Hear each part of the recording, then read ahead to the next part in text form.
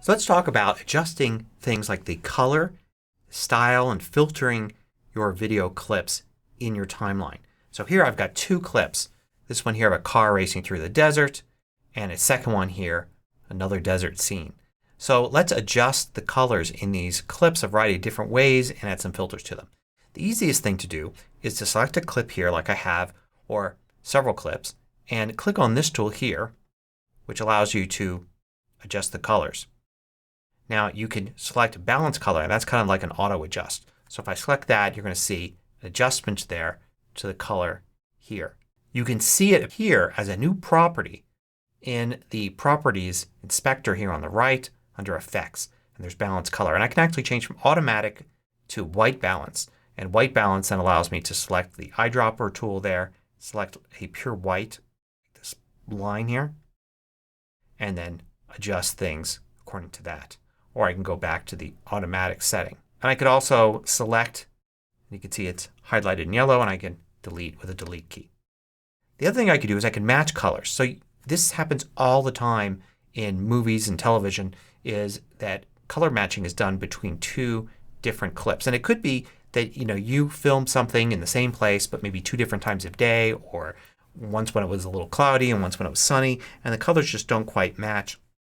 And you see kind of a shocking change as you go from one to another. Here we're changing scenes completely, so it's not quite as obvious that the colors don't match. I could select the second clip here, and then let's put the white line at a frame that we want to use as our reference. And then I could say match color. And now I get to choose any other frame I want anywhere I want. So I'm going to choose from this first clip here. And this first clip is pretty uniform, but you might have a clip that changes a lot, changes views of what it's looking at. So you want to pick the right spot, click there, and then it's going to adjust the color of the second clip to match the first clip a little bit closer. So I can then apply match. So now I can see here in the second clip I've got under Effects Match Color, and I could turn it off and you could see the difference. So it's trying to make those two clips look a little more uniform in the colors that they use. And I can click here to choose another source and then select again. So I can also select and delete that. Now you can also change the colors manually to anything that you want. So let's go back to this clip here. Let's get rid of the balance color that I had on it. And with this clip selected, I'll put the white line right there so I can use that as a reference. I'm going to switch to the colors here to set my own color correction.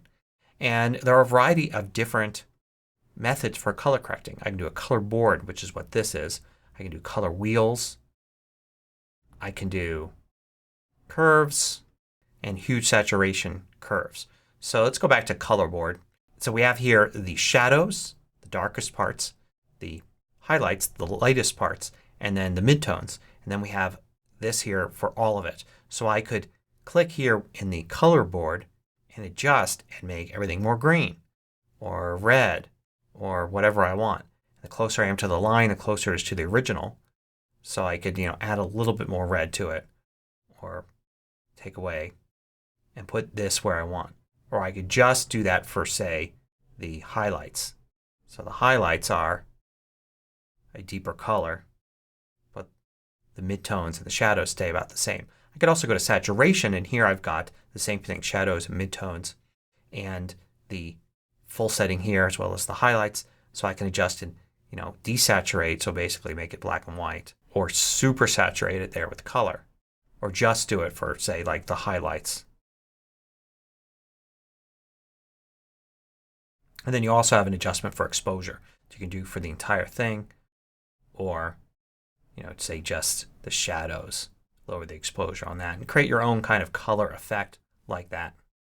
You could always save this as a preset. So for instance, if I wanted to go to color here and take the shadows and change those, and then maybe desaturate a bit and expose the highlights more and make my own little effect, I could save a preset here, and you can see it's going to include these things in the preset, and then I could easily apply it. And I can name it, put it in a category, so I can do color presets, hit save, And now I'll show you later on where to access that preset.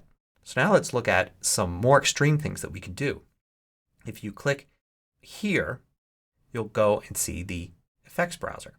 And these are all the effects. So we want to focus on video effects. We can look at all the video effects or on certain categories. So let's look at basics, for instance.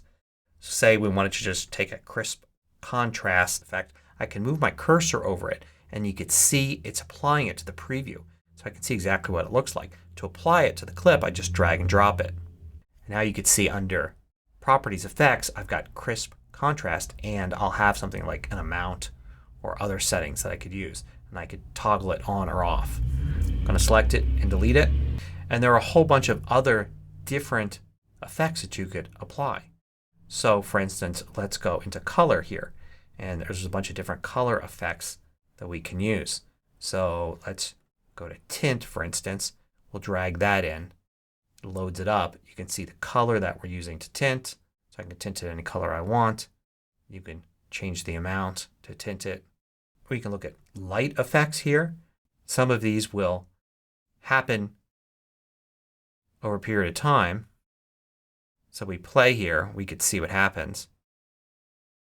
Like that. You can see I've got the flashing and the intensity and all of that.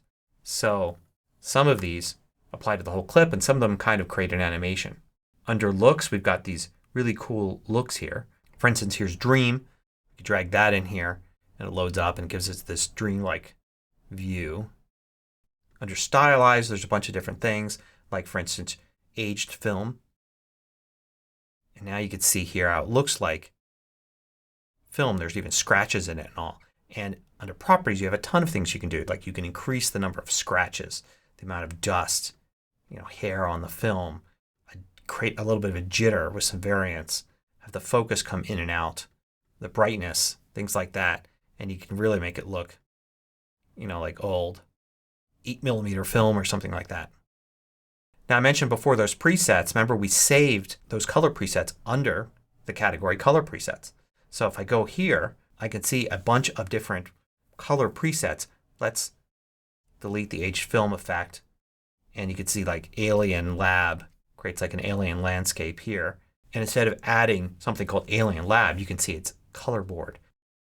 So I actually go to the color settings here and you can see it has the exposure, saturation, and color set up for this Alien Lab look.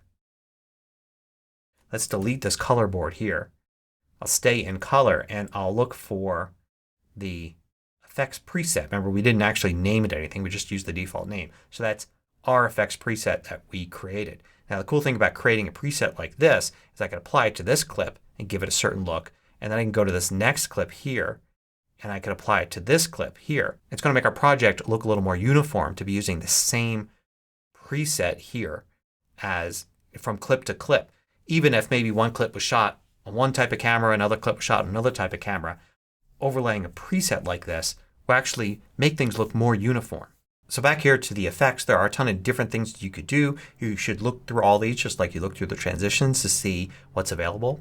For instance, there are comic looks here. I'll just preview it by moving it over and you can see how good that looks. And there are presets with this. So style and smoothness and ink edges, things like that. Ink smoothness, posterization. So you really can do a bunch of cool things. Look how good that effect looks on this particular clip. Under distortion, you've got all sorts of things like, for instance, earthquake that will shake things around and blur them a bit. Fisheye creates this kind of a weird effect here.